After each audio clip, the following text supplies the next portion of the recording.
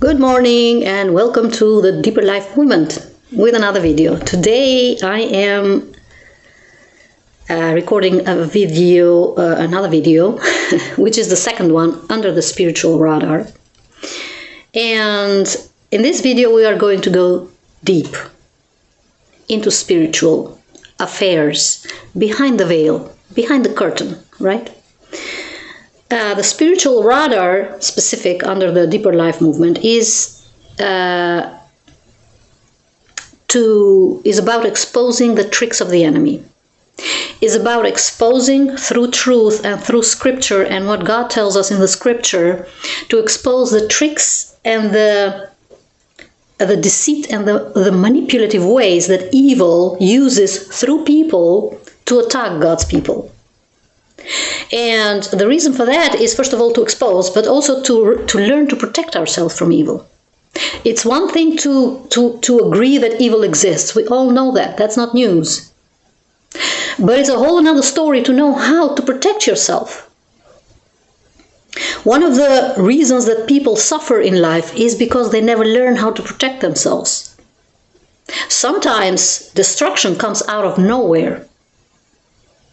And that is because there is a manipulation in spirit through evil or by evil to attack your life.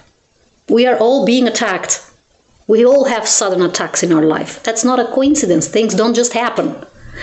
There are forces out there that we are fighting and we don't even know we are fighting, that we call evil for the purpose of this video. I'll call it evil or the devil, right? But things are not what we see. In spirit, things are very complicated and we don't have enough knowledge to understand. That is why I have introduced the spiritual radar. In the last video, I spoke about spiritual warfare. That was a general video, although I didn't say everything there. There's way more information to be shared. But I tried to picture you a general or the fundamentals as to how evil works, to expose the big picture, right? So that we can have a helicopter view on what evil is, his games, his manipulation tricks and tactics. But in this video, I'll go deeper. In this video, I'll speak about one of the forms of spiritual warfare, because spiritual warfare happens in many ways. In many ways. One of the ways that the spiritual warfare happens is through something that we call destiny swapping. Now, destiny swapping is a term relatively modern, and there's a lot of discussion around it. That is one of the reasons that I am doing this video, because if you open the social media or you go online, you'll find two very different stands on destiny swapping. The one stand, or the one side of the story, is that destiny swapping is real, it happens, and it's evil, and it's a form of spiritual warfare. And the other theory is that destiny swapping is not possible. In this video, I would like to bring my knowledge based on scripture and based on my own practice and story, life story, and what I see around me as well, to clarify what destiny swapping is. A little warning here: whatever I say under this channel does not make it absolute truth. Yes, the Word of God is the absolute truth. That is where I'm basing everything that I say. But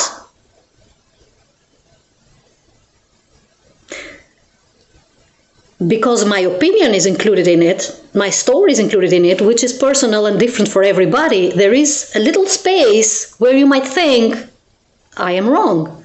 Therefore, everything that I say in these videos, especially in spiritual matters, especially about spiritual matters, you need to use the discernment and ask God for clarity. Yeah? So don't take everything as absolute truth. Use your discernment. Use everything I say here to place it in your situation and see how it fits. If it fits right for you, if it feels real for you, then it's real. And ask God for clarity, which is very important. Because as I said, I'm only a human. I'm doing my best to share my story and to give valuable lessons here. But I am a human nevertheless, and I might make mistakes. So it's important to say this, because the topic we are going to talk about today is deep. So the destiny swapping terminology or term is made up from us humans. It's not found in the Bible. The Bible does not use the term destiny swapping. But the Bible uses different terminology. Here are some of the ways that the Bible describes destiny swapping phenomena, if you would call it, or the spiritual warfare. The scripture calls it competition for your spiritual inheritance, trading of your birthright through deceit, exchange of your life force, forfeiting of your spiritual gifts, spiritual misalignment caused by interference, theft of divine position through ill intent, exchange of your grace for someone else's karma, and sabotaging of your life path. My favorite description, and what I think is the most accurate to describe destiny swapping, is the spiritual misalignment caused by interferences, which is usually ill intent. However, the title that I decided to use in this video is Destiny Swapping: The Battle for Your Spiritual Inheritance. Why? Because it is a battle. It is any type of spiritual warfare is battle. We are constantly battling with something. We just don't know what we are fighting. That is why I spoke in the last video about spiritual warfare. So before we get into the topic, we need to agree on certain rules. First of all, evil is real. I believe we all can agree on that. But also about the fact that spiritual warfare, that destiny swapping is a form of spiritual warfare. In this video, I not only want to expose what spiritual destiny swapping is as a type or one of the forms of spiritual warfare, because we are attacked in many ways in spirit through by evil, right? But one of the reasons is because I want to answer very important questions. There is a lot of debate online and wherever you read about destiny swapping, because there are only two answers that people give. Yeah, destiny swapping is real, it happens. And destiny swapping is not real, it cannot be done. And I made this video to clarify my point of view based on scripture and also based on my own story. But most importantly, to answer the $1 million question that we all ask: is destiny swapping really possible?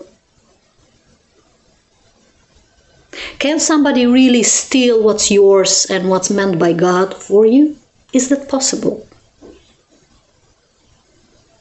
That's the question that I want to answer by the end of the video. But let's start from the beginning, because, as I said, I always base my conclusions and my theories and whatever I share, my lessons, not my theories, because these are facts, not theories.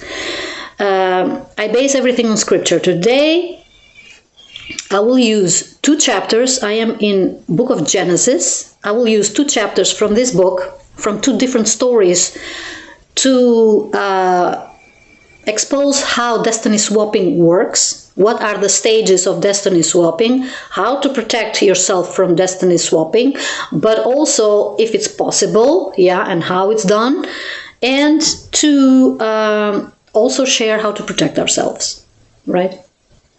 The first story comes from Genesis 16. I will not read all chapter, the long chapters, because they are long, but I will read only the parts that are relevant to the story and to the message that I want to share today. So the first story is the story of Genesis 16, and the second story comes from Genesis 27. Very fascinating stories. They tell us in detail what this destiny swapping is. Now, before we speak about something, a phenomena, spiritual warfare, any type of spiritual warfare, we need to understand what it is. We need to define. So destiny swapping is a combination of 2 words, destiny and swapping. Swap. Destiny is, or a birthright as we call it, yeah? It refers to the life path that God has appointed you with by birth. That's what we call destiny, yeah? That is God's blessings. However, when we say God's blessings, we are not speaking about materialistic success, materialistic accumulations and worldly stuff. When we speak about birthrights and blessings and destiny, we are speaking about the spiritual inheritance, the spiritual gifts that God gives us. Yeah, that includes your life force. It includes your spirit. It includes that light that you carry within you. Right? Have you noticed how people sometimes get so envious and jealous of you, and you're thinking, I don't have anything. They have more money than me. They have more success than me. They have more accumulation than me. What are they envying? It's your life force. It's your spiritual gifts they envy. They don't care about what you have. That's not what they are envying. They are not envying your skills. They are envying your spiritual inheritance that's appointed to you by God. It's a gift from God. Now, when we speak about birthright or destiny, we need to agree also that everybody, before we come into this planet, we are appointed and we are given a destiny from God. We all have a destiny, right? What happens here is sometimes evil will use people to come into your life and temper and mess and try to sabotage your spiritual gifts by thinking that they can take them away from you. There are plenty of such people. And what these people do is they take matters in their own hands, right? Thinking that they can take away what God has given you. That's what they think. That's the logic. And they think that by doing that, and by succeeding in doing that, they will derail or they will change the course of your life completely. Which is actually what the real purpose is from evil. That purpose is not from the people, it comes from evil. Because evil is after your seed. He's after your destiny. I explained in the previous video and I'll say it 100 times more. Evil is not after your face and after your body. He doesn't care how many lovers you have. He's after your blessings, your spiritual inheritance, your fate, your destiny, your gifts. That's what he's after. He wants to destroy the seed, because the seed that we have within comes out of us to live our life in the way that God has called us to live, right? So when these people think they can derail you from your destined path, your life will go in a totally different direction. We have plenty of examples. We have plenty of examples in our everyday life, in our families too, of people that suddenly and drastically changed the course of life. What happened there? Who interfered? Because something happened. You don't see it, but you feel it. Something happened, only it did not happen in front of your eyes. It happened in spirit. And what you're living is the result of that spiritual manipulation done by people and by evil. Now, the swapping word, so that's destiny. The word swapping means to exchange one thing for another. Imagine exchanging two gifts. Exchanging a valuable thing for something that's covered in glitters but is bullshit inside. It's empty. That is what the swapping is. It is not theft. One of the misunderstandings that comes when it comes to the definition of destiny swapping is that most people think that destiny swapping is theft of your spiritual inheritance. And the conclusion that they get out of that, because they believe it's a theft, they say, well, nobody can steal what God has meant for you. That's true, but destiny swapping is not a theft. A theft means I take something from you and I give you nothing in exchange, so I steal from you. Swapping is exchange of one thing for the other thing. So I give you mine, and you give me yours. Basically, I give you my destiny. Yeah, I manipulate things. Yeah, for you to have my destiny, and you can get my destiny. That's what swapping means. But is that even possible? I mean, how does a human is able to do that? Can we humans even do that? That's a good question. I'll answer that too, but let's continue here so we don't lose sight of the structure that I have.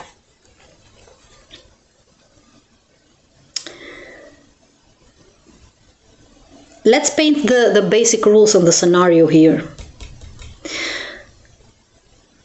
We live in the same world physically, but not vibrationally, not energetically. Energetically, we live in different worlds. Why? Because people are divided into two groups of energies. That is the high vibrational people and people who are low vibrational people. Now, people who we call high vibrational are people with great spiritual inheritances, with healing powers, with great manifesting powers, yeah, with spiritual gifts given to them by God. Because here's the thing, a side note, God does not give to everybody the same spiritual gifts. Some of our spiritual gifts are inherited from our family line, from our family lineage. I've seen people go out in the world thinking, I'm going to do 5 university degrees and I'm going to gain the wisdom of that person. The wisdom of that person is inheritance, is spiritual inheritance. You cannot gain it through university degrees. You cannot gain it through training online. It's a spiritual gift, and people do not understand this. So when I say high vibrational people, it has nothing to do with your lifestyle. It has nothing to do with how you dress and how much money you have. It does not have to do with your status or accumulations or visibility or branding. Spiritual inheritance is gifts given by God to you: wisdom, the ability to discern, health. Have you seen these people that never get sick? We have had grandmothers. I've had a grandmother in my life. She never got sick.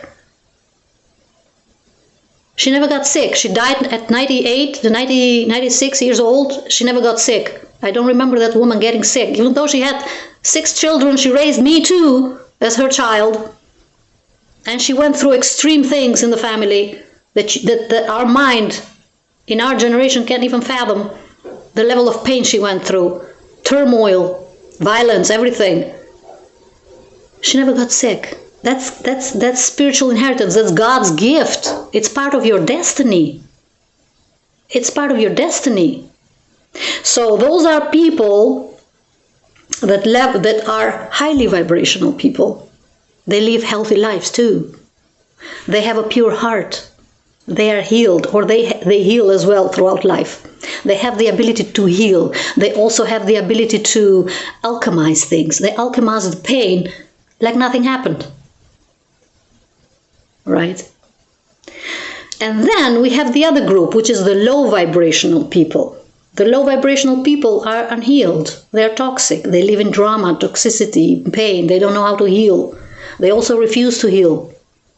They have a lot of generational curses given and inherited from their parents, the grandparents, and so on, that they haven't healed. So they live the same lives. They have a lot of karma, a lot of curses, because whatever their parents and their grandparents did. So as you see, these two beings, these two human groups, they vibrate on different levels. They are not on the same level energetically. One has good energy, that we call it dharma, and one has bad energy, that we call it karma. So what happens here is, when I say the devil will use people to attack you, he will use the low vibrational people. The devil cannot break God's people. Forget about it. So, because he cannot break God's people directly and he cannot attack their destiny, he tries, but he loses every time. Because God's people are protected directly by God. So, because he fails in that direct attack towards these people, he sends low vibrational people in their life to attack the purpose of these God's people. Yeah. He uses low vibrational people to attack God's people. That's the logic here.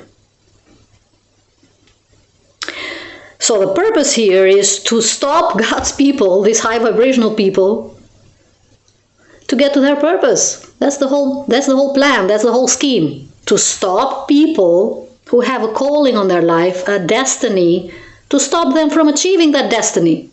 He needs to block your way, he needs to derail you, he needs to derail your path, he needs to send you in total different direction. And the thing here is God will not force you to do otherwise because you have a free will. God will watch you do the mistakes and he will warn you. But if you are committed to destroy your life, you have a free will. Don't blame it on God. You have a free will. You make choices. Your choices lead to decisions. Your decisions lead to a lifestyle. Your lifestyle leads to either your destiny or destruction. That's it. Simple. So, what is exactly destiny swapping? Because yes, it is a form of spiritual warfare. Yeah, we clarified that first. That is exactly what I said. That is the spiritual warfare. That's how devil attacks us. Through people. Also directly, but through people. Sabotaging. So the enemy cannot destroy or stop what's meant for you. So what he will do is he will try to hijack your destiny or sabotage it. To sabotage it. A perfect example of this is marriages or relationships. Have you seen these happy couples? Married for a long time, they have a great family, everything is well, and then suddenly, out of nowhere, because that's how the devil works. You think it's out of nowhere, but it's not. Someone comes in your husband's life to lure him, to destroy his marriage. That's how marriages are destroyed. It's always a third person that comes in between, right? Most of the times. There are other reasons too, finances and other reasons, but the main reason relationships are destroyed is infidelity.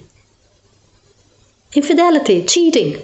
One of the partners gets lured away by something shiny appears in the background. Something shiny, so they get distracted, so they run after the shiny stuff. And that's where the marriage ends. And this goes for both men and women. I'm not trying to take sides here, right? So, spiritual warfare. Let me drink some coffee, because we have a long way to go.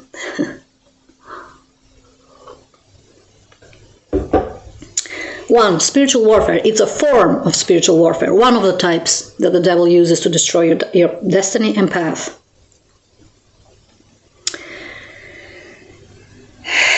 Destiny swapping is 2. Energy manipulation. Energy manipulation. Now you might ask, how does a human manipulate energy?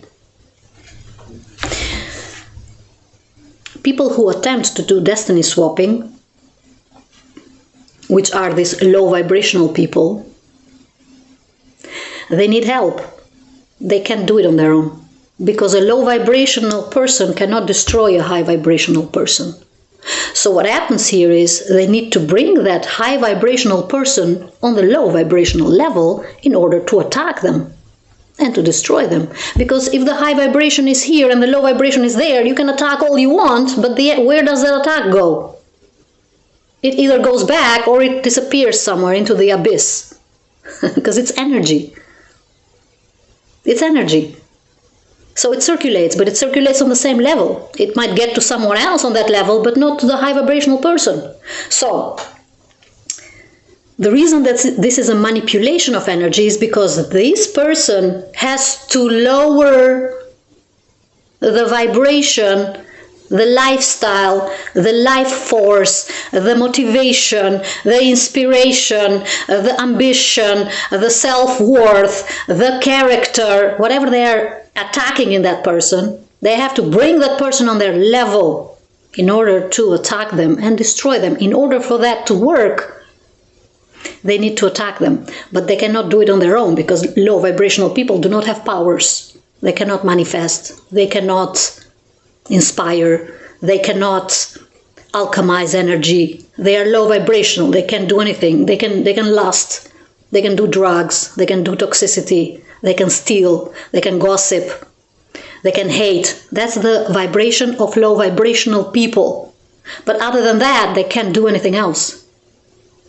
And whatever they manifest, it's because they steal it from someone else. So what happens here is, for that manipulation to work, you need tools. What are the tools that these people use? Witchcraft, black magic, spells, curses. You would be surprised how many women do sex magic on their partners to keep them. You would be surprised how many mothers and how many women go doing black magic on family members to ruin them, to ruin their finances, to attack their health. It's witchcraft. Even a curse that comes from your mouth, it's a form of witchcraft. It's dark practice. Now, some people think that they can do it on their own. So what they do is they go in the kitchen, they put some stuff together, and they think they are doing some witchcraft or black magic there, whatever they think they're doing. Against their partners, against their family members, against their colleagues, whatever. Whatever. But most importantly, most people who try to destiny swap, they do it through the help of a practitioner. Practitioners. Someone who does something in the background to help that person sabotage the path of someone else and take over their destiny. That's the logic here. That's what they are hoping, and that's what they are thinking they are doing.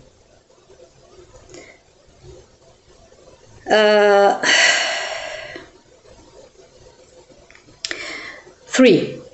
Destiny swapping is a spiritual transaction. As I said, destiny swapping is not a theft. I don't just steal from you. I want to exchange my energy for yours.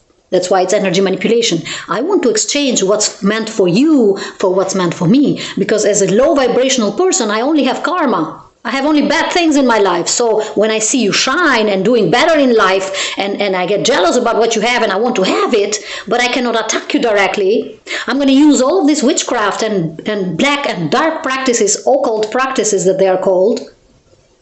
Yeah. I'm going to use them to do the transaction. By attacking you, I, the low vibrational person in this case, that person thinks that they are doing an exchange of the destiny. That is, I am going to live your life and you are going to live my life. Right? And the reason that they do that is twofold. It's not just envy and jealousy. Yes, one of the reasons that people try to destiny swap is envy and jealousy. They just want to have what you have. That's it. They want your life. They want your life, not just your skills, not just your talents. They want your life force. They want to shine the way that you shine. They want to be seen and perceived in public the way that you are. That's the problem. That's what they want. They want your life force. They want it all. They want your destiny, your future too, because they know your future is bright. They can see it. Evil people, they see in you what you can't see in yourself. They see it first. That's why they attack it first. So, but the second reason that they are trying to destiny swap is to escape their karma. When you are a person who carries bad karma, you cannot have a bright future. It doesn't work that way. If you do evil things and you stay low vibrational, there's no way to have a bright future. How do you think you're going to manifest a bright future by doing evil? So what they're trying to do here is to escape divine judgment, because people with bad karma will be punished for the evil that they're doing. And when they see a highly vibrational person with dharma, who is meant to do great things but who also has a bright future ahead, they can sense it, they can feel it.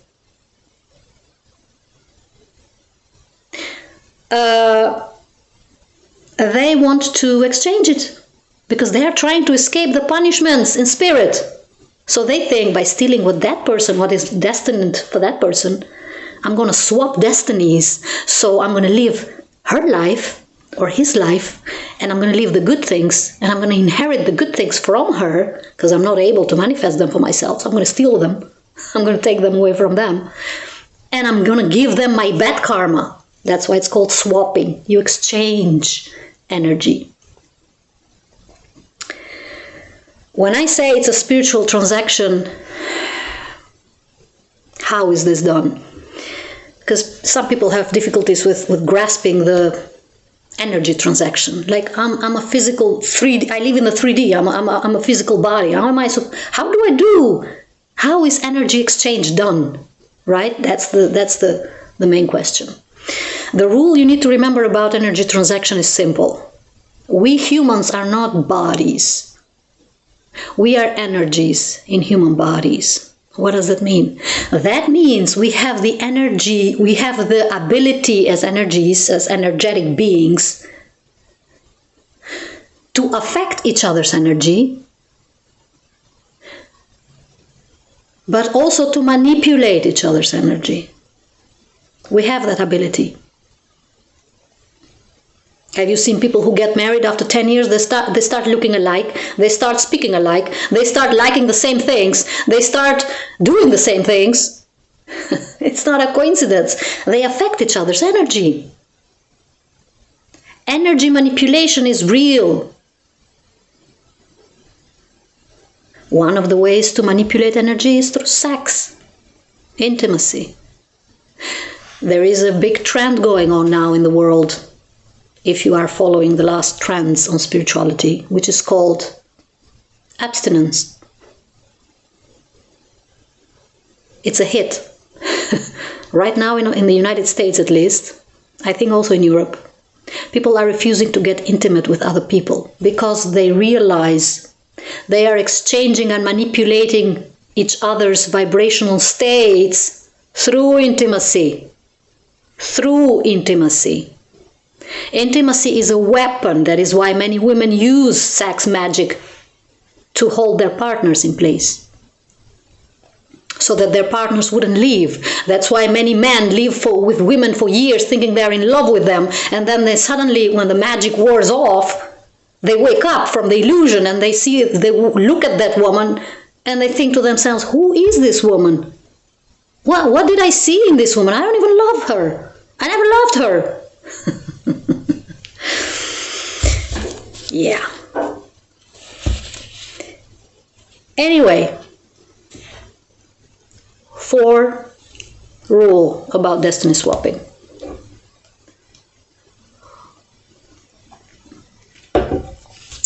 Destiny swapping is a breach of spiritual laws, and it is punishable. I mentioned in my last video, and I'll repeat it here in case you haven't seen my last video. Our lives are guided and directed and affected not only by physical laws, but also by spiritual laws. Also by spiritual laws. That means there are entire institutions in spirit that serve God, that deal with human judgment. We call that divine judgment because it happens in spirit. But those spiritual laws are at work at all times. Which means when you breach a spiritual law and you do all of these things, destiny swapping, witchcraft, whatever you're trying to do there, you will be punished.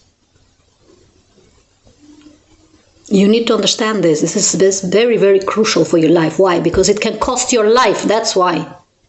Have you seen these people who go do witchcraft and then suddenly, out of nowhere, a disease hits them or they suddenly die? How do you think? What do you think happened there? What do you think happened there?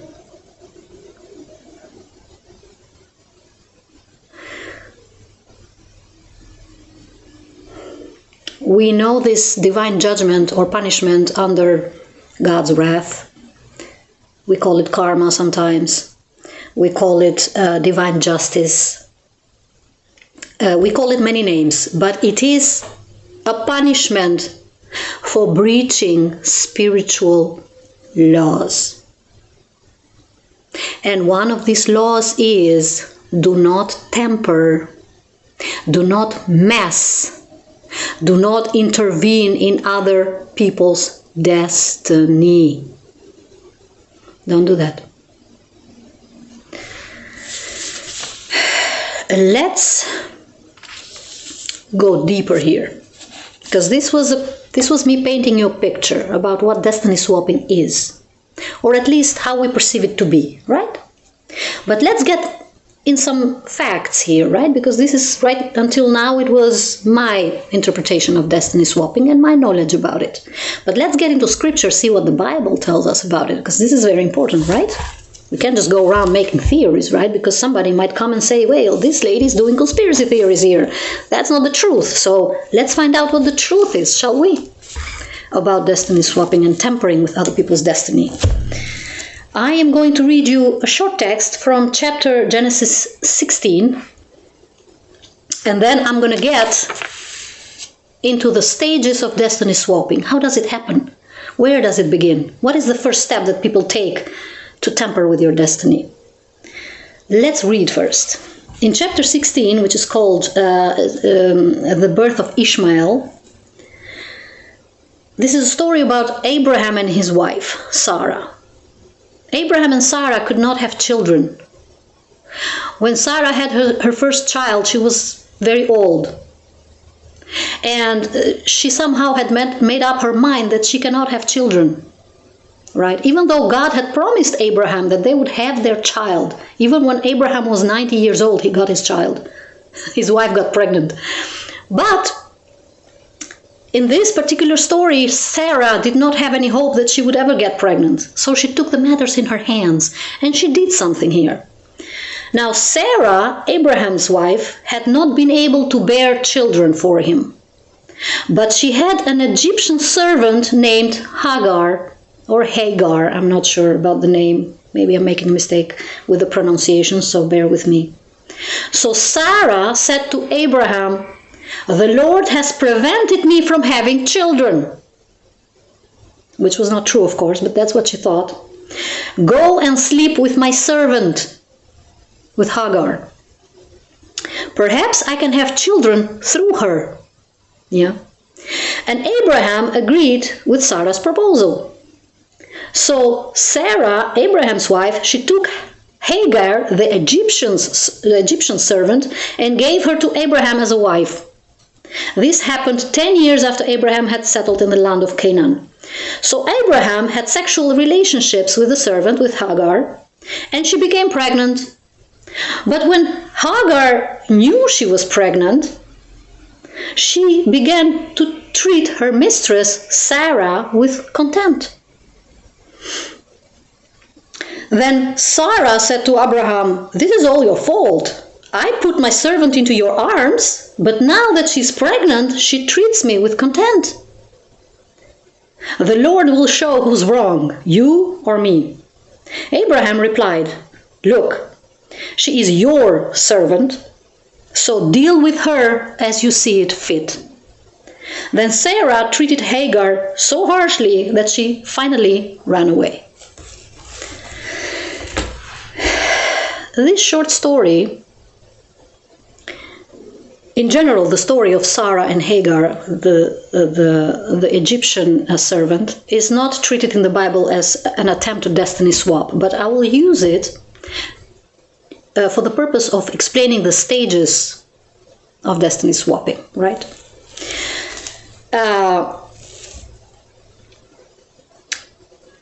So what do we have here? We have a couple.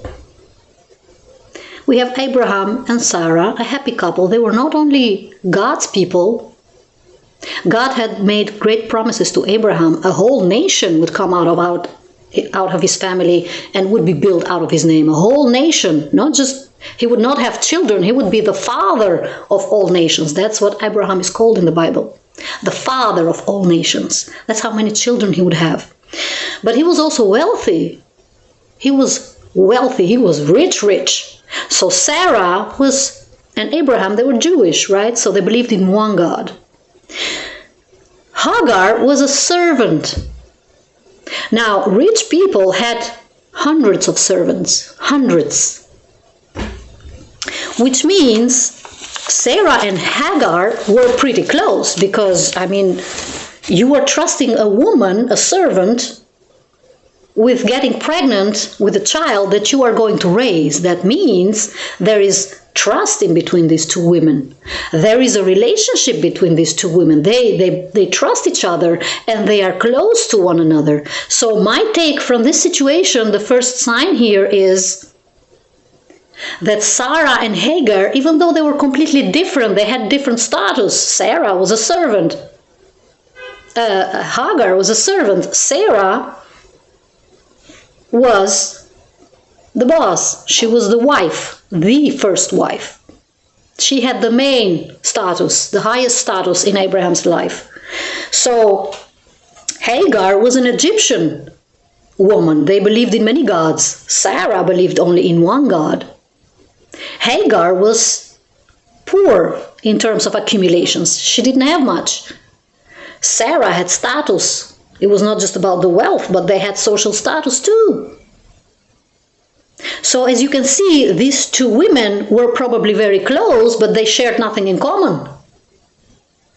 They shared nothing in common. So if we would put that into that scenario of low vibration and high vibration, you would say Hagar was the low vibrational one and Sarah was the high vibrational one, if you would put it that way. That's nowhere supported in the Bible, what I'm saying, but I am interpreting this case to understand the stages of destiny swapping. So if we are going to understand what is the first phase of destiny swapping, how does it begin? Where does it begin?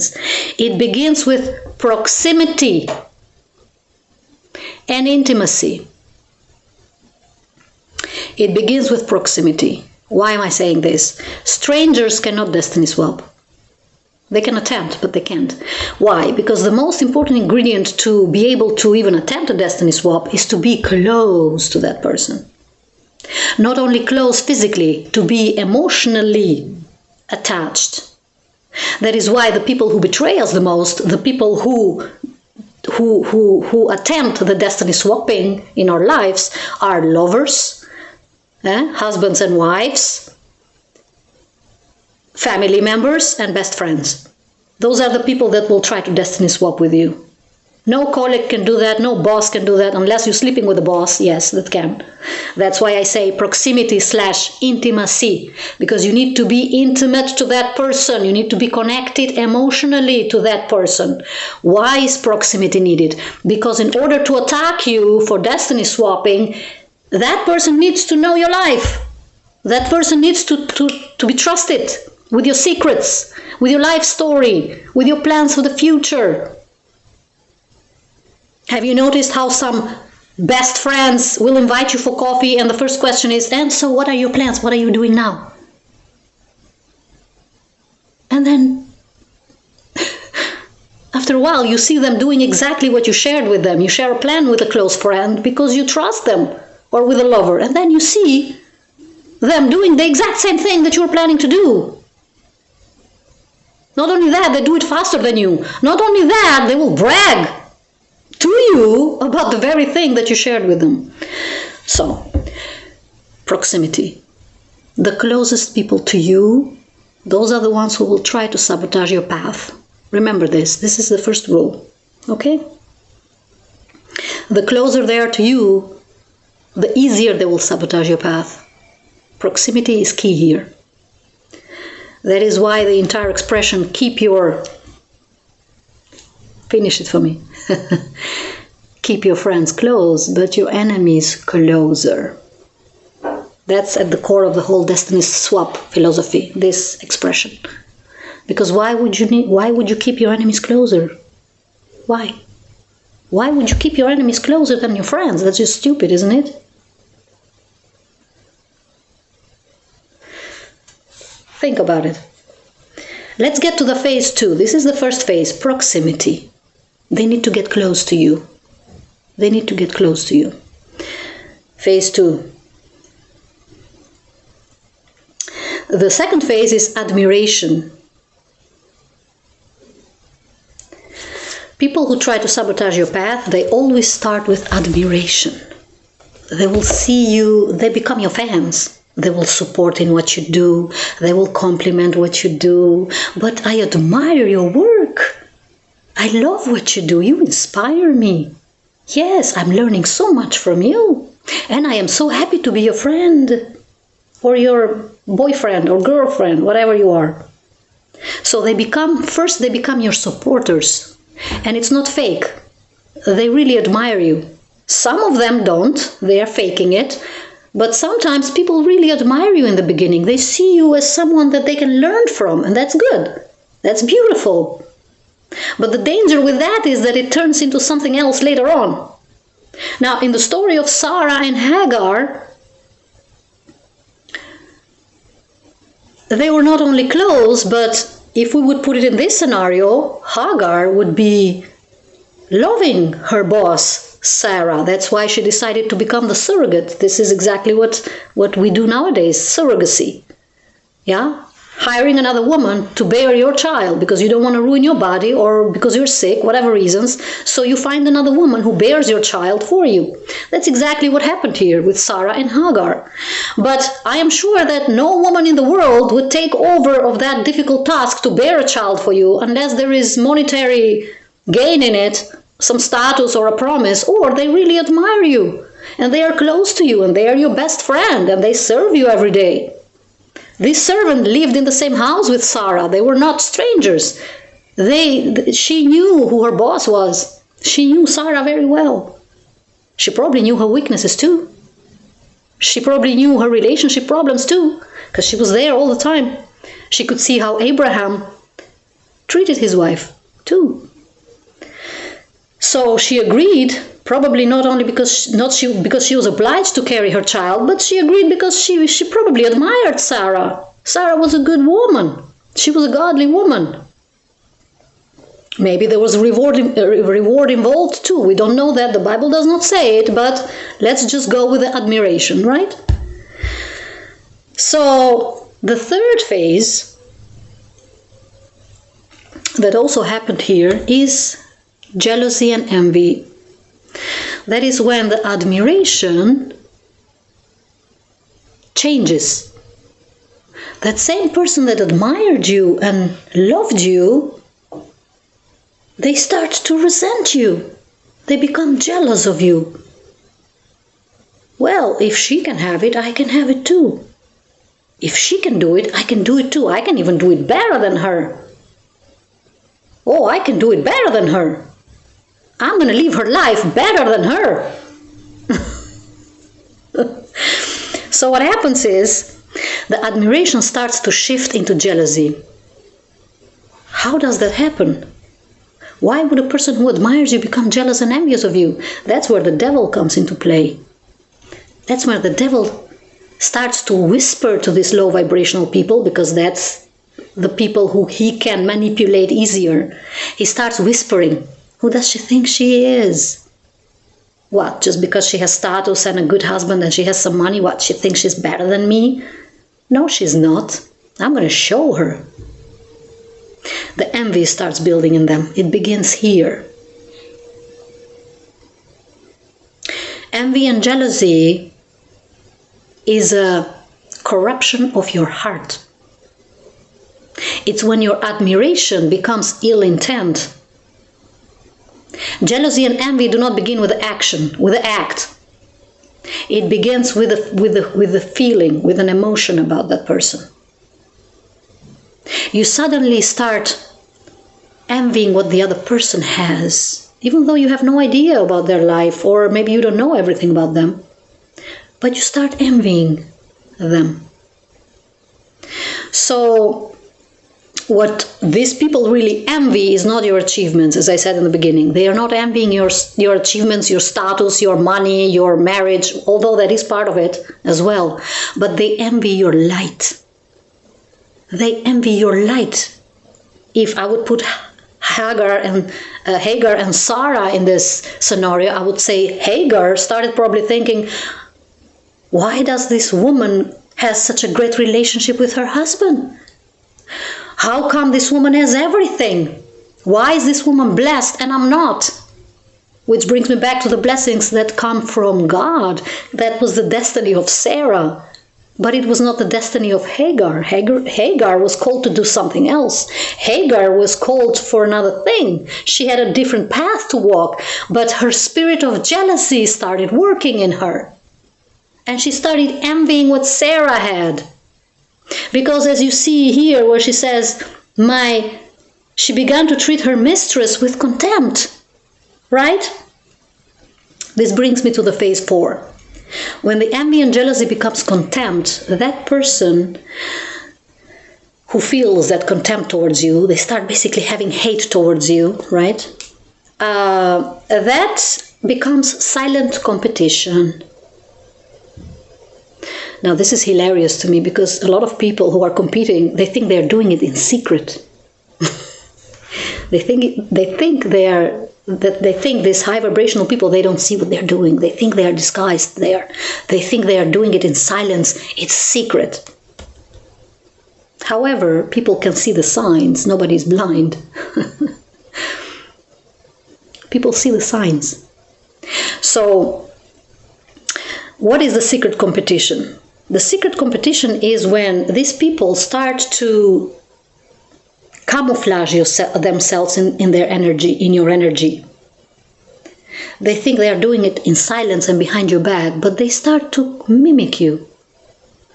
They not only start copying your appearances, but they start to mimic your character. They start speaking like you. They start behaving like you. They start copying traits of your character because they want other people to see them like you. So they think by copying you and being a doppelganger, right? They think by becoming a copycat, they think they are going to embody your energy. They think they are going to swap your energy for theirs. That's the purpose here, right? So the final goal here is to take your spotlight. To take your spotlight. What happened here with Sarah and Hagar is Hagar became pregnant and she started thinking she now deserves the place of Sarah, or she's now equal to Sarah, because what do you mean? Your wife cannot bear your child Abraham, but I can. So you should pick me. I'm your favorite now. I can give you what your wife doesn't give you, so I'm better than her. That's the logic here. That's the energy these people work in, these low vibrational people. Yeah, I can give you what she can't. Here's the sick part about it. When a third woman comes between two people, most of the times she doesn't even want the man. She wants the relationship. She is envying what that man does for that other woman. What she really is after is the treatment, not the man per se. It's sick. It's very sick. She is after, she sees how that man treats his wife. She sees how that man respects his wife. That's where the jealousy comes in. And she thinks, I am going to take her place now. By destiny swapping my life with that woman's life, I am going to be treated by that man the exact same way. Problem is, you're not the same woman. Ladies, please Don't be stupid. Don't be stupid. That man behaves with that woman differently because of who she is. He makes him feel differently. He treats him differently. But when another woman comes and tries to take her place, it's not going to be the same because you're not the same woman, are you? You can copy yourself. You can mimic that other woman. You can be her doppelganger all you want. You can fool yourself that you are her. But you're not. That is why your relationship with that man, even though you get the man, in this case, she did not get the man because the man was a godly man and he made the right decision. But if Hagar would take the place of Sarah, the relationship with Abraham would never be the same. That's not how it works. Because these were two different women. They shared different values, they had different vibration, they had different energy, they had different purposes in life, and they had different blessings. Most importantly, they shared different destinies. So Hagar would never have the life that Sarah and Abraham had. She would never have the life with Abraham, the same life. It doesn't work that way. So that is the purpose of the secret competition. The purpose is to get your spotlight, to live your life. You live my life and I live your life. That's the destiny swap, the exchange. The final phase, which is phase 5. No, that's not the final. Phase 5, because there are 6. Phase 5 is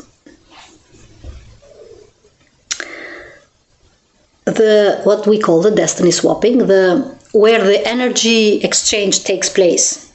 Why do we believe that it happens? People who believe that happens, right? That's what they say, destiny swapping is real. Because your life, you will see the signs. Things will start to change for you and for the person who is trying to destiny swap. If you met with that person in times where that person was stagnant and you were blossoming and you were thriving in life, things will look like completely changed. And the opposite is happening. That person starts thriving and you start losing. That person gets healthier and starts blossoming and becomes prettier. You get sick. That person gets opportunities and doors open up for them. And you get blockages. Nothing works out for you. No matter where you knock on every door, every opportunity, it seems like nothing works from you. You get blocked. You start to feel sluggish. You have no desire to do any of your projects. You start to feel demotivated while you watch that person flourish.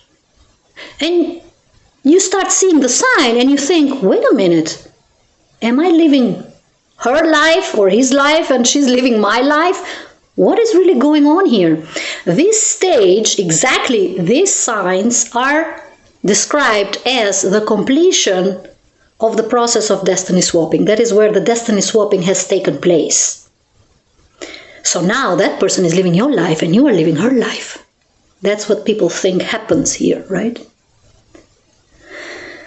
The last stage is the devaluation phase. So what happens in this phase is that the person who thinks destiny swapped with you, right? So now they think they got what they needed from you, so they don't need you anymore.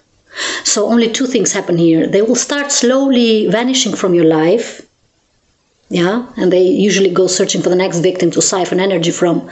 But they will slowly start to go out of your life in subtle ways, so you don't notice why they're leaving, right?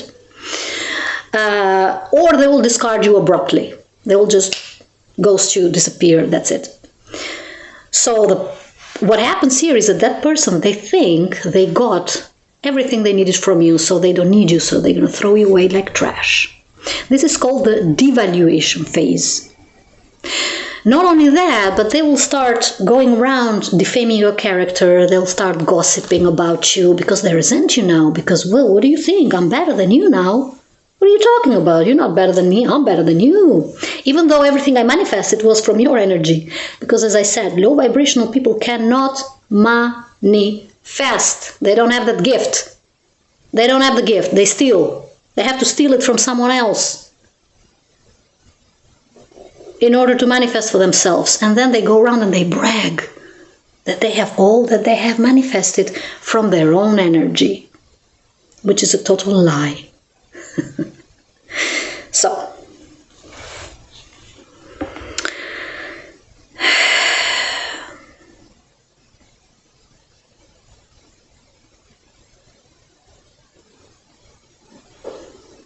what happens after you leave? After they leave your life, or after you leave from their life? What happens to these destiny swappers?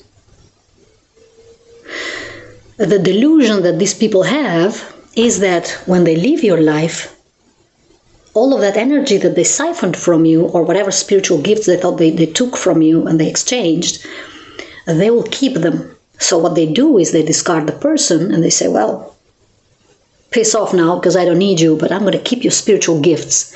Well, I'm going to have to disappoint you on that, smart ass.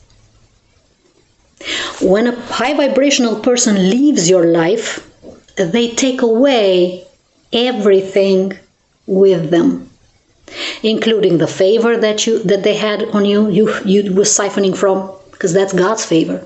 That's not even theirs. That's God's favor. And when a high vibrational person comes into your life, you benefit from their energy. Whatever they're manifesting, you benefit automatically because your energy is connected. Because we are energies, as I said. So you automatically suck from their energy. Knowingly or unknowingly to you, consciously or unconsciously, doesn't matter. But you benefit automatically from their energy. What happens is when you leave that person's life thinking that you got everything you wanted from them, that person takes back their energy, because we don't go in pieces. We are one person with one energy. We come incomplete. When we come in your life, we come with our energy. We don't leave the energy home. And when we leave your life, we take the energy with us. What happens for that person who thought their destiny swapped with you and now their life is flourishing? Oh, yeah, they're going to live a great life and they're going to be happy while you are in misery. They will get stagnant. Whatever they thought they stole or they took away from you, it will stop flourishing. Because they cannot manifest with their own energy. Even if they stole the best idea from you, they cannot bring it to life because they cannot manifest. That's an ability and a gift from God. So what happens is they either stay stagnant in that place where you exactly left them and it ends up there for them, it finishes.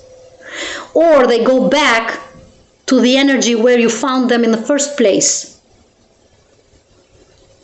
There are a lot of people like that. Once you leave their life, they get back to the original state of being an energetical level where they were. That's their original state. That's their true nature. That's how you know destiny swapping is not real. So, I answered the question too soon, but I will elaborate even more because this is very important.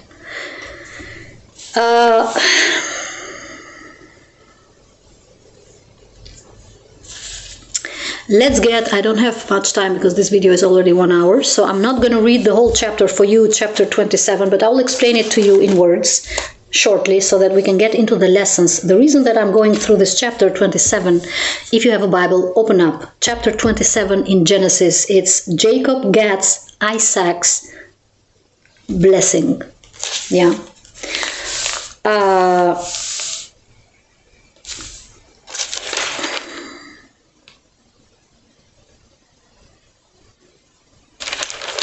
What they mean is Jacob gets Esau's blessing. Isaac was the father's name. I think it's a mistake. Anyway, the reason that I'm reading this is a long chapter, so please read it. It's a fascinating chapter to understand how manipulation and deceit works. This chapter right here teaches us many lessons, and this chapter is exactly what the word tells us about destiny swapping. about an attempt to destiny swap with someone. So this chapter gives you a clear analysis of how people try to destiny swap and what happens when they try, and the lessons that come with that attempt to destiny swap. I will get into the lessons in a minute, but I will first share the story of Jacob and Esau. Now, we just talked about Abraham and Sarah. Abraham and Sarah, as I said, after many years, when they were very old, they conceived because God had promised a child to them, and God always keeps his promises. I don't care if you're 100 years old. God is a fair God. He's a just God. He keeps his promises. He doesn't lie. So he kept his promise, and he gave Sarah a child, which they named Isaac. In this chapter, Isaac had two sons, Esau and Jacob. They had the moment, so he was married to Rebecca, and they bore two brothers. She bore two brothers, two sons. One older, the other one younger. Jacob was the younger son. Esau was the older son. Now, in tradition and customary laws back then, the oldest son would get the blessings when the time was right and when the father was about to die. What they would do is they would call the older son and bless them. What that was that the blessings were in getting a double portion and share of the family's inheritance. So it was about wealth and money and inheritance. So the older brother would be blessed by the father directly to get the double portion of the inheritance than the other brother, but also with the right to honor and represent the family when the father no more lived. So basically the older brother would become the head of the family in important matters. In some cultures today, we still do that. In some cultures today, people still do that.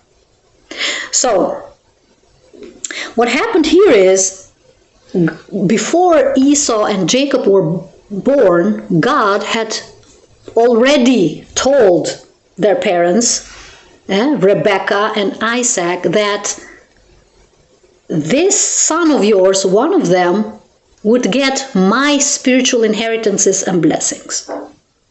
So, the blessed one was the one that God had appointed by birth. It was a birthright.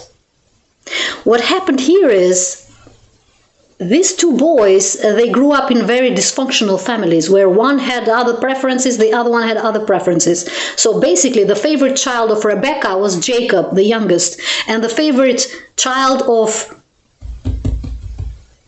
Isaac, the father, was Esau, the oldest son. Now, God had told them before they were born that the favorite one and the blessed one and the one who would have the blessings from God, the inheritance from God, would be the younger brother. The younger brother, Jacob. However, the father could not accept that. So he went against God's will. And he wanted to give the blessings to Esau, the oldest brother, because that's what he thought was the right thing to do. Not what God has decided, but what he wanted to do. So the mother, when Isaac was on the deathbed, basically he lived after that for a long time too, but he was almost dying and he thought he was dying. So he lost his sight. He could not see.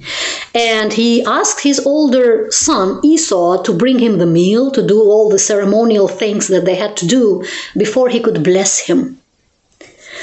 Rebecca, the mother, she overheard the conversation. So what she did, she comprised a whole plan and manipulation scheme with Jacob, the youngest son, to make the father believe that he was blessing Esau, while in fact he was blessing Jacob.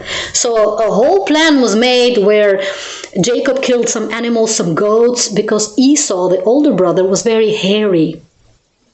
He was covered with a lot of hair. He was born as a very hairy child, very reddish. That's why his name Esau meant reddish.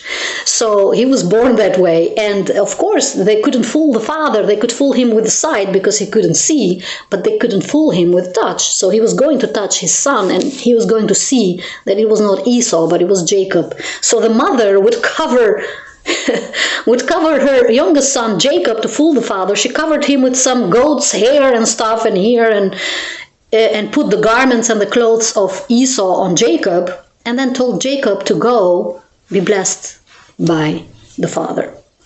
And the scheme worked. The father blessed Jacob instead of Esau.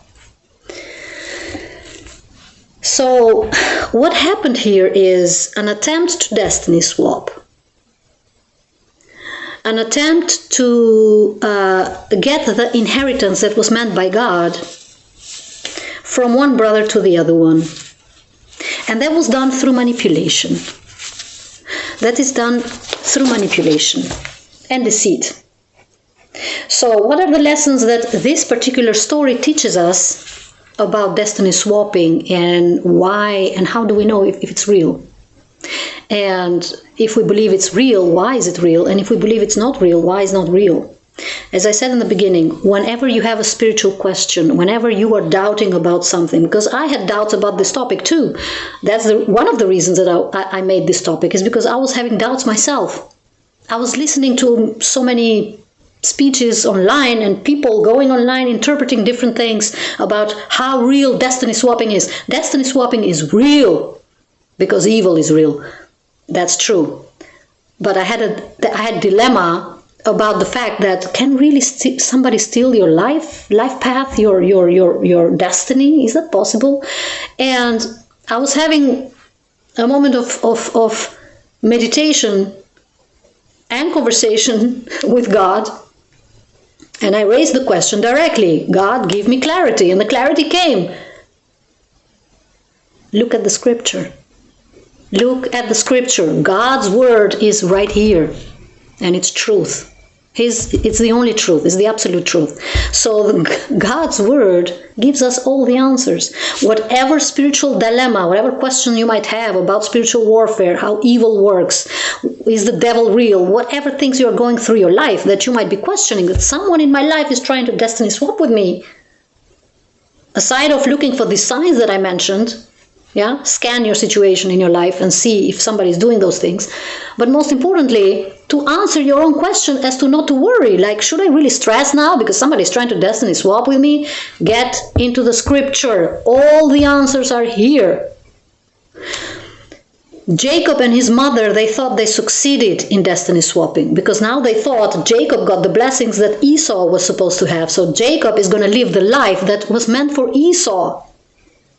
But let's get into what this really means and what really happened. Despite the fact that they thought they succeeded, what really happened here? Lesson number 1. God's spiritual blessings or birthright are not equal with human blessings.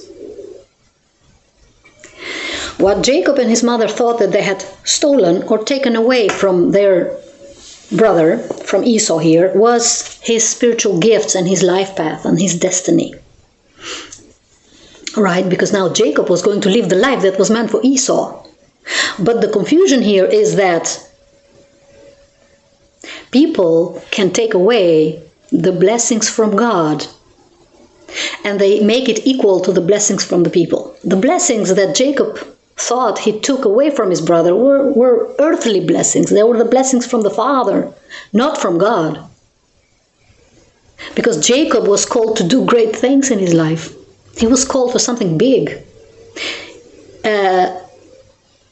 Which, by thinking that he took Esau's blessing, actually he first confused his father's blessing for God's blessing.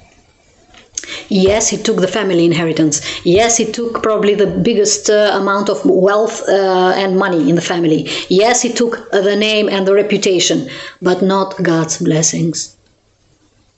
Not God's blessings. So whenever someone is trying to destiny swap with you in life, whenever you see these signs, you need to understand and to figure out what is really attempted to be stolen here. People can take everything from you.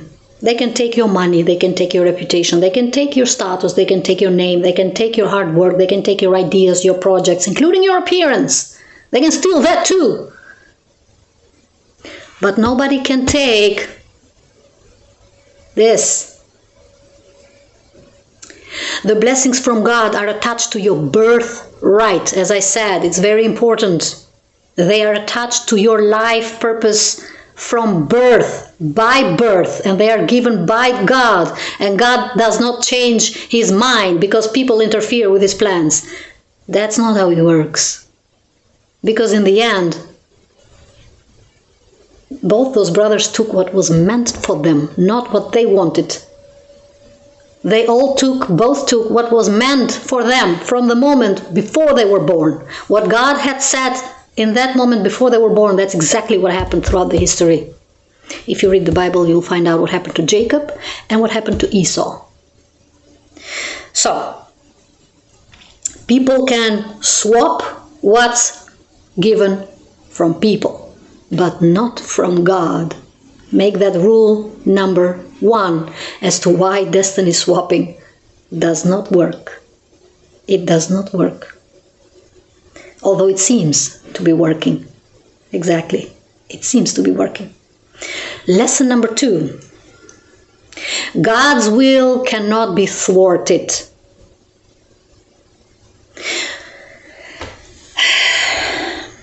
No matter how ambitious we are, no matter what attempts we use manipulation schemes, people do that. People who try to destiny swap, they really think they are changing the course of your life and what God has meant for you by doing all of these manipulation schemes, by attacking you, by trying to steal what you have, by discrediting your name, by bullying you. They really think they are getting away with it, and they really think they are having what you have, and they are fooling you. Not only that, they think they are fooling God. They think what God has meant for you, they can take it away from you. That's how stupid people are. Because people think they are more powerful than God. People who try to destiny swap, they think they're more powerful than God's laws, than God's purpose for your life. But they find out.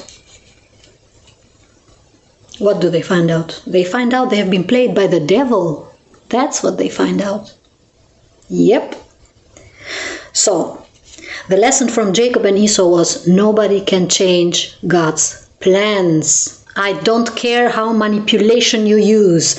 I don't care how many skillful you think you are in deceiving and lying and manipulating others and fooling others into thinking whatever you want them to think. I don't care. You might be a master manipulator. What is meant for you is yours. People who destiny swap, they might change the course of events for a while. Yes, that happens. They might change the course of events for a moment. It might look like your life is going in a total different direction. But God will reroute it again, like a GPS. Reroute it, and He will bring you back to your destiny, because that was meant for you and only for you. And there's no evil on this planet that they can change that. Not a chance. Not a chance. So, nobody can change God's plans for your life. They will attempt though, and it will even look like they succeeded for a moment there. But they can't. Okay? Lesson number 3.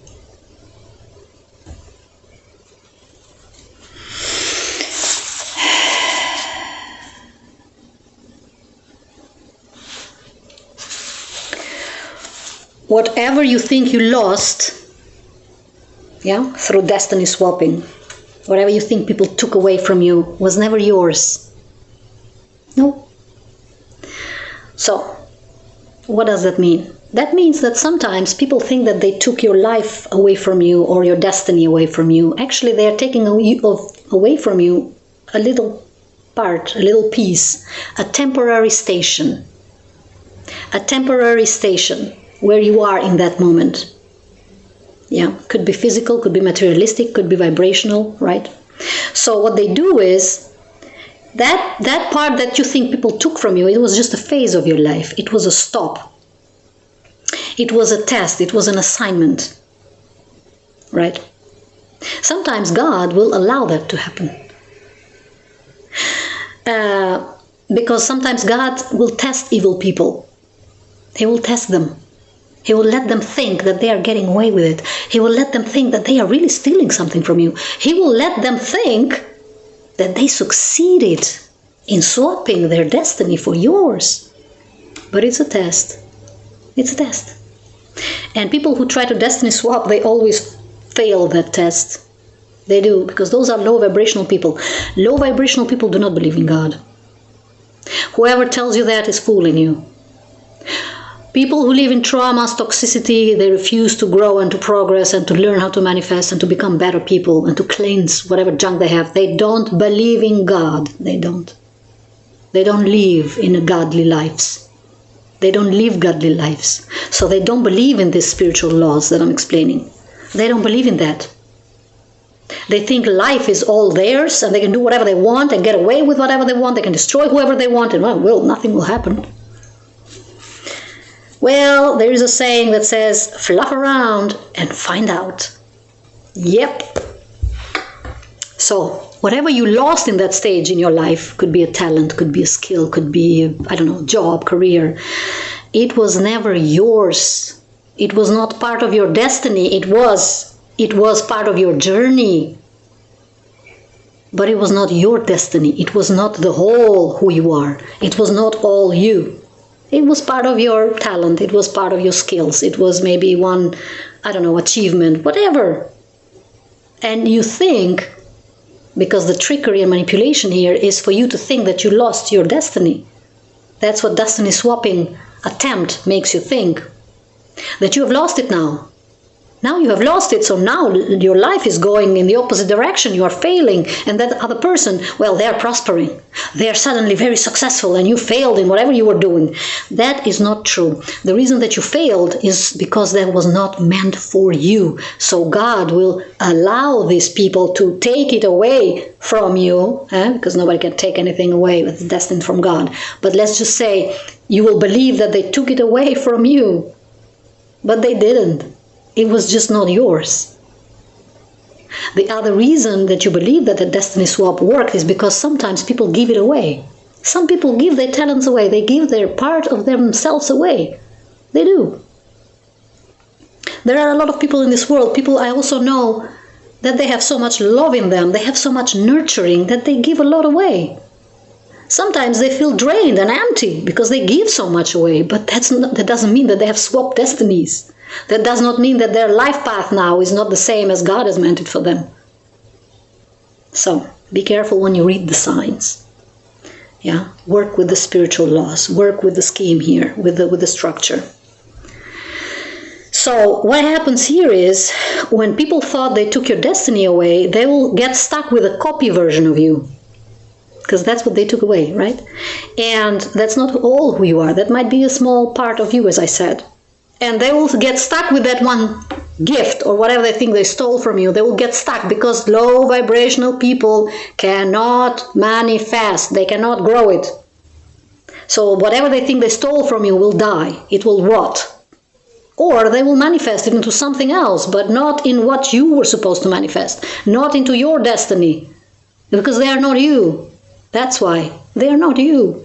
So whatever they think they stole, congratulate them and wish them well and let them go and watch what happens with their lives. So, lesson number 4, or was it 5? I don't know anymore. 4. This is the most important lesson that the story of Jacob and Esau teaches us. Tampering with God's plans about someone will cost you. It will cost you. Going against God's will for your life and other people's life might gain you might give you something temporarily in the moment. A lot of people are fooled by the devil because they think, I got it now, so now I have all and nobody can take it away from me and nobody can touch me. And please understand that nobody is in position to mess with God's plans for someone. So it will cost you in the long run. You will celebrate. Oh yes, you will celebrate for a few years. Yes, I'm better than her now because now I have her gifts.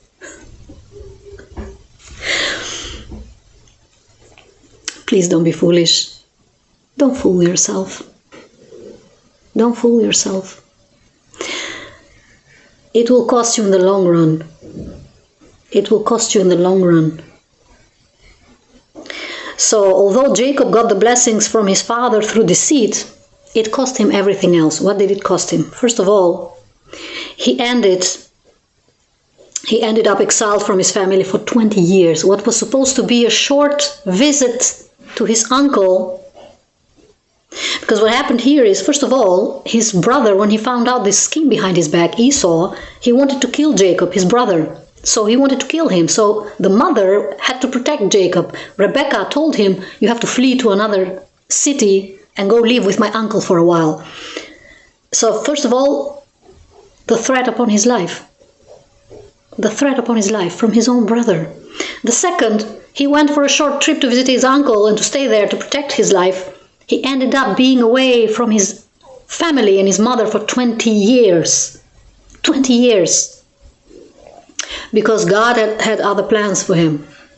God had other plans for him. So his mother died without being able to see Jacob for the rest of her life. So here is the punishment of God for what you do and tampering with other people's destiny.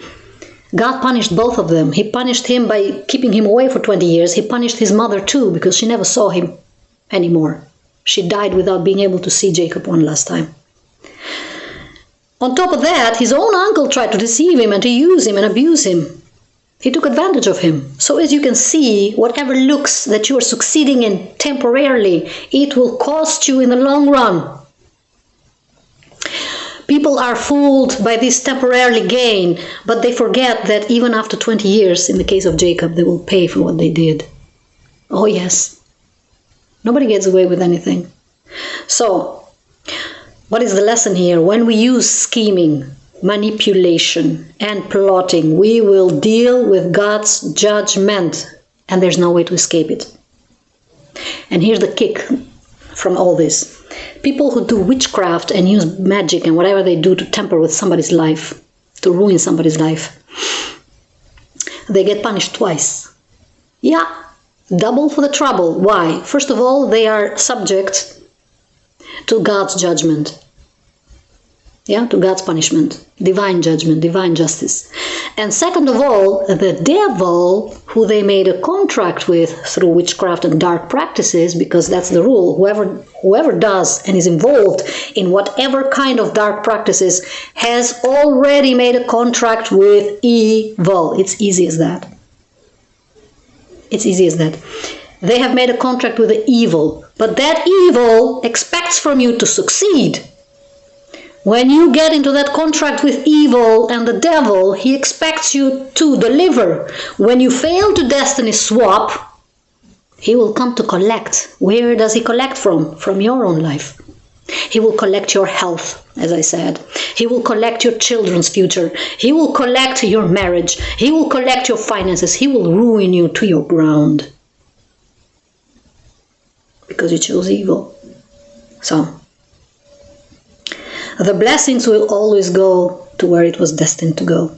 Maybe that person that you stole something from won't get the same thing because it wasn't meant for him in the first place. But maybe they won't get it anymore. They won't get it back ever again. But they will get to their destiny, to where they were called to be by God, by birth, with or without your manipulation. They will get to their destiny. Make no mistake about that. Nobody changed God's plans. No.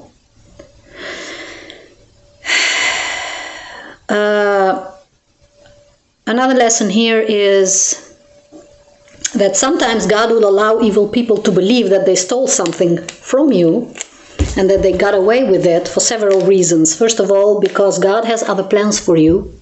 So what he will do is he will allow evil to derail your life and to reroute your life for your benefit. You think you might be losing, but actually God is using that derailing and rerouting. He's allowing the devil to work through your life, through people in your life that you might think are destroying you, but God will allow it for a season, for a moment, for a few years, because he is rerouting the journey to get to the destiny that he had for you in the first place, not to get you to somebody else's destiny. Nobody lives anybody's life. We all live the lives that we are meant to live. The journey might be different and the plans might change on the way, but you will get to your destiny nevertheless. What's meant for you is yours. Or as they say, God does not deliver the mail, your mail, into somebody else's address. No, that's not how it works. God is not a confusing God. God is not a God who doesn't know what he's doing. God is not a God who makes plans for us and we think we can temper and we can change his plans for our life. That's not how God works. And that's not how God is. And if you think that's how life works, you are really seriously undermining the power of God. You are seriously thinking God is on your level. God is not on your level. God created you and everything you see around. So He's in charge. You're not. So you can use your tricks and manipulation all day long. You're never in charge. The second reason that he allows it to happen is to allow you to train you to trust him. To train you to trust him. When you go through tribulations and through pain and you think, oh my God, somebody destiny swapped and they took away from me, they took my husband, they took my marriage, and they took my business, and they took my ideas, and they took my success, whatever you think they are taking. God wants you to exercise the faith. He wants you to trust him. He wants you to rely on him. When you rely on God, you have nothing to worry about. Because you know, whatever it was stolen from you, it was not even yours. It was a stop, but it was not your destiny. So, you will make peace with that. That's the purpose. And the third important reason why God allows these attempts of destiny swap to look as if they succeeded for a moment there, is because he wants to teach your enemies a very valuable lesson. God loves to teach us lessons. Yep. And the lesson for these people is whoever messes with God's chosen people will find out that they are messing with God. Some people are equipped with blessings in this life by God. And whoever comes in their life to mess with their blessing or their calling or their whatever they think they are messing with, they're not messing, they don't have a problem with that person, they have a problem with God. Because whatever gift that person has that you want, or whatever you think you want from them, is God's gift for them. Is God's gift for them. And so the lesson here is, whoever messes with God's people is messing with God directly. And make no mistake, God will deal with you, my friend. Make no mistake about that. Oh yes. The final two lessons is destiny swapping is from the counterfeit, not from God. Whoever attempts to destiny swap with you, or do manipulation, or witchcraft, or whatever they are doing in your life, right? It doesn't have to always be and necessarily be a destiny swapping attempt, right? But whoever is tampering with your fate, or with your life path, or journey, or whatever direction in life, it was always your enemy. I don't care if they smile in your face. I don't care if they are the most trustworthy people in your life. Whoever tampers with your life was never your friend, was never your lover, was never your fans, was never your admirer, was never your supporter. Those were people that came with a plan from the very beginning. And those people are never sent by God to attack you. God does not send people to attack other people, ever. Whoever attacks you in any way, you should know that person is working for the devil, not for God. You should know that person lives in darkness, not in the light. You should know that person will end up in darkness. That person is destined for darkness. Yeah. So that person is your counterfeit. Yeah. It was your enemy all along. That's the purpose here. So, last lesson, which is the final lesson, and it is the answer of the question that I posed in the beginning. Can somebody really take away or exchange your destiny or your life path? Can a human being take the life of another, take over the life of another human being and be them and exchange their karma for their dharma or whatever they think they're doing? The answer is no. Is destiny swapping attempt real? It is. Destiny swapping is not possible, but the attempt to destiny swap is possible. That's the difference. Final words. What does that mean? That means you can't steal or swap or ruin or destroy what's meant for someone else, but you will be punished for attempting to do it. That's the lesson. And the final note here. The destiny swap attempt is real. It happens. It happens. But the destiny swapping, the exchange of your destiny, the theft of your destiny, the destruction of your destiny is not.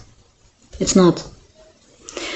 So, this was the lessons for today from the story of Sarah and Hagar, but also from Jacob and Esau, the brothers.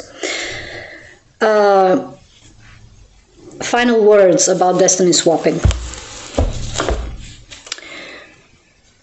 Knowing all of these lessons that I share with you, all of this information, because this is a lot already, right? We will continue to dig deeper into under the spiritual radar, because this is all about exposing the evil and how it works and how he works in our life through people, but also through other manners. So we will talk about other things too, other different methods that the evil works through to destroy our lives or to sabotage our lives. But he never succeeds, of course, unless God allows it. And the question here is, does God sometimes allow evil to destroy us? He does. And we will speak about that in separate videos as to why would God allow evil to destroy us. But destiny swapping is not one of them. I want you to take a scan, to scan your life quickly. After you watch this video, feel free to share. If you think there are people in your life who need to hear these messages, protect yourself. But also use all of these messages to scan your life. Do a quick scan in your life. What kind of friends do you have? What kind of family members do you have near you? Who is calling you 3 times a day? What kind of lovers are you sleeping with? What kind of colleagues do you have? People who are in very close proximity to you, because this is the first, as I said, the first sign that somebody might attempt. Not everybody does it, of course. Let's not say and guilt everybody around us. But those who attempt it, they need proximity. So you don't need to scan everybody around you. You need to scan the people who are closest to you to understand if any of these scenarios and any of these signs are apparent and are present into your life, for you to be able to protect yourself. The moment that you notice or you see someone having one of these signs, doing one of these manipulation tactics in your life, trying to do something evil, you need to cut the cord. Cut the cord, because this is not as much as, well, they can't take my destiny, so it doesn't matter, right? That's true. But are you willing, for the sake of that friendship and lovership and situationship and lust and whatever you're going after, are you willing to sacrifice your entire journey because you're going to be derailed because of their evil, of their sabotaging of your life? You're going to go through a lot of pain. Yes, you will get to your destiny and whatever, but you will get to it after you go through a lot of pain. A pain and a suffering that you could have avoided by simply removing yourself from that person's life. There's a lot of suffering in this world that we can avoid by simply knowing the rules of how spirituality works, of how God works, by simply doing the right choices, by simply understanding what is right and what is wrong. We can save ourselves so much pain and suffering, which we don't because we refuse to learn, but we can. And destiny swapping attempt is one of them. You can save yourself the trouble. It's not about the fact that they can steal your destiny. They can't, apparently. But save yourself the trouble to go through 10 lessons of pain while you can go through 1 or 2 lessons of pain and get to your destination anyway, in a more peaceful way, in a more joyous way, in a way that God has meant it for you. That's the purpose. So, scan your life. Whenever somebody wants to come close to you, have proximity to you, ask yourself, why? Why is this person suddenly appearing in my life? Nobody comes in your life for no reason. They don't just appear out of nowhere. Some people are sent as counterfeits.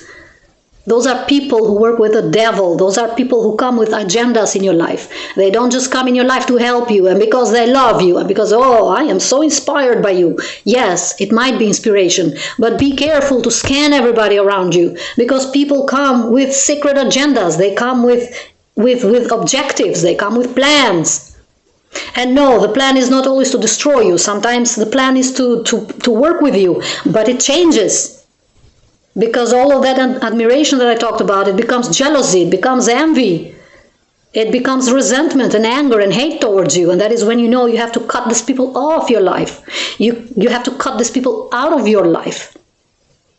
That is the purpose here, for your own protection, not to prove anybody anything, for your own protection. So be careful, and at the same time, be careful what you do to other people. This is not just only for the victims. This is a lesson for people who do evil as well.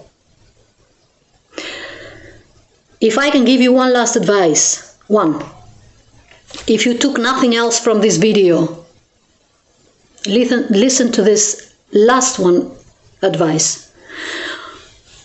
Do not engage in evil. My grandfather used to tell me, he also believed a lot. When I was a little girl, I grew up with my grandparents. He used to tell me, the wrath of God goes to 7 generations. Count it. 7 generations. That's you. That's the children, their children, their children, their children, their children, their children. 7 generations. When you do evil, you are not cursing only yourself and your life. You are ruining the life of your children too, because they will have to live under the curse. They will have to live the pain that you leave behind by doing evil to other people.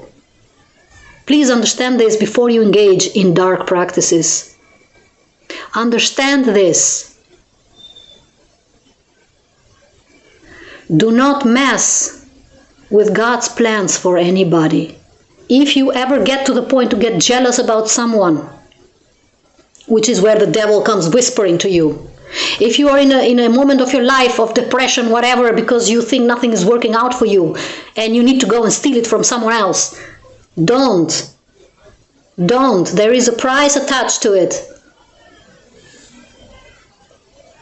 There is a price attached to it. The devil will dangle you in front of your eyes the carrot of success. But that has a price tag that he doesn't tell you about, because the devil is a liar. The devil is a liar. Be careful what you engage in. Whatever evil you engage in is not from God. It's not from God. So the first question that should pop in your tiny mind is, who am I serving here? And what will this evil deed cost me for the rest of my life? And the question is, can you pay the price? If the price of whatever evil you're doing is whatever I'm saying here, are you willing to take the risk to pay that price? And can you pay that price? Our purpose in this life is to leave our children with good dharma, with spiritual gifts, with wisdom, with healthy life, with no curses, no karma. We are supposed to heal from our junk that we took from other generations. That's one of the purposes in this lifetime. We are supposed to heal from that. But instead of doing that, when we do evil towards other people, we not only interrupt this process, but we put more karma and more generational curses upon ourselves, that it will end up to 7 generations further to be cleaned, to be cleansed. If your kids are willing to do the work, because they will have their own junk. If their kids are willing to do their work. That is why we live in so much evil in this lifetime. Because we keep producing evil. We keep producing evil. Do not engage in evil, please. In the end, you are not hurting the person you think you're hurting. That person will get to their destination, as I said, because nobody can mess with God's plan. Forget about it. The question is, what happens to you? Because, as I said, you will deal with God, but you will also deal with evil too. Because whatever evil you were working with, he will come back to you. Oh yes. He will come to collect. He needs to sacrifice someone, right? So if you couldn't sacrifice that other human by doing whatever evil you were doing in their life, to swap or to destiny swap or whatever, to hurt them, to make them dead, or to kill them, whatever you're trying to do there, because that was the sacrifice you were willing to give to the devil, right? By doing evil, you were willing to give to the devil a sacrifice, whether it was your best friend, your lover, your mom, your dad, whatever that was, your child, in order for you to benefit something for the promises of the devil. So when you are not able to succeed in that, because the destiny swapping does not work, the devil will come after you for the sacrifice anyway. Only now you don't have anyone to sacrifice, so he will take your life. He will take your health. He will take your child's life. Use this and use this. Open up the Bible and read what happens to evil people, please. God makes no mistakes. Okay? People do, but God does not make mistakes. Whatever God promised you, it will be yours. The last message is, whoever is trying to whisper you to worry about your destiny, because now somebody exchanged their destiny for yours, or oh, somebody swapped and now you see them succeeding, I suggest to not stress about it. Nobody destiny swaps with anybody. No. God's gifts are not to be stolen. People will attempt to, but they cannot steal them. So if you are someone stressing about all this destiny swapping and worrying that what everybody's saying and oh my God, I failed, sleep tightly like a baby. Sleep tightly like a baby. I suggest you sleep like a baby. Your destiny is there. It's yours. God promised you something, and He will keep His word for you to live the life you are destined to live. And there is no witch and warlock and evil and devil on this planet that can ever change God's plans for you. They will try though. Be careful. Have a good day and see you in the next video, everyone. Bye.